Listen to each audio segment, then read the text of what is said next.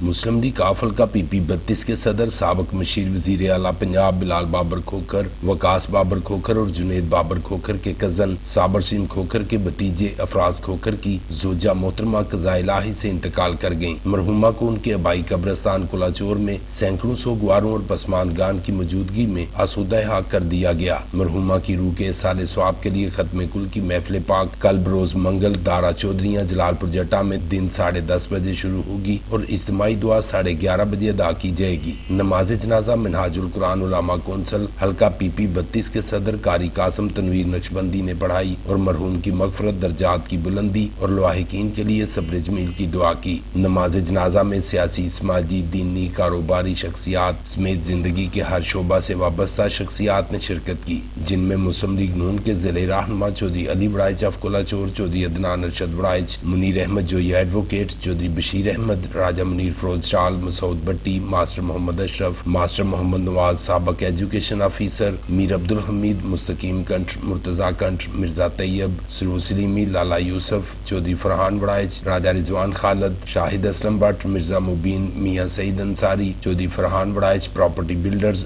آسن بٹ سرکار، ملک صداقت، ملک پرویز، ملک شبیر، ملک رمیز، شیخ شاہد بشارت، سفیان کھوکھر، علی کھوکھر، حسین کھوکھر، سہیل بٹ، سلیمان بٹ، حاجی اقبال، جاوید اختر، سید نصیر بخاری، چودھری امریز گوندل، شیخ عثمان، ملک زاہد سمیت دیگر نے شرکت کی اور بلال بابر کھوکھر، وقاص بابر کھوکھر، جنید بابر کھوکھر، افراز کھوکھر سے اظہار افسوس کیا۔ پرنٹ شاہد بھٹا، BB1 نیوز، جلال پور جٹا۔